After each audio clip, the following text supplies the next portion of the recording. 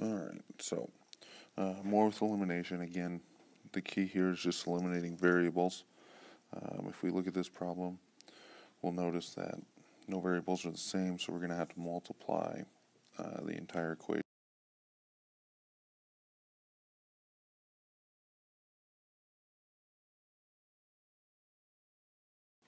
So that way we can eliminate the x. So then I have 4x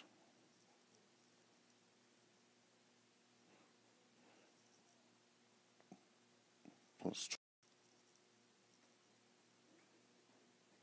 equals 68. Then I bring the other equation over.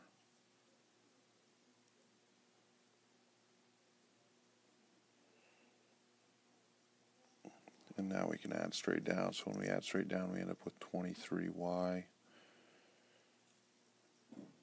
equals 92.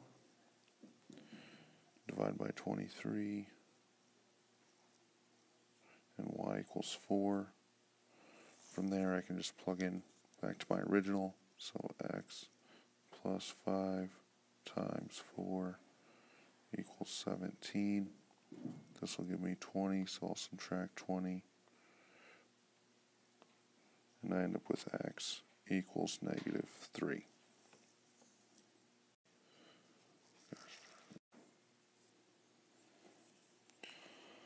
Alright, so here's another problem. If you notice this one, really neither of the equations works together very well, so we're just going to have to multiply, figure out which variable we want to get rid of.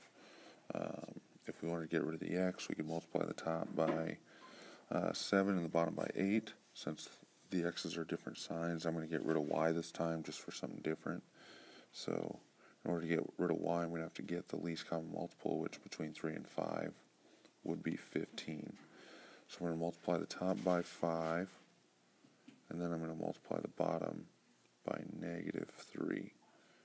So when I do that, the top I get 40x plus 15y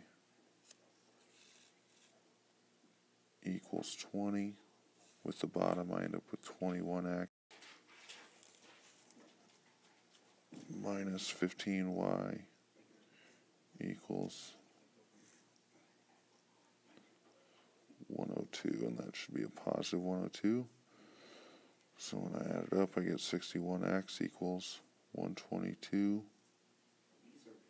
Divide by 61, and I end up with x equals 2.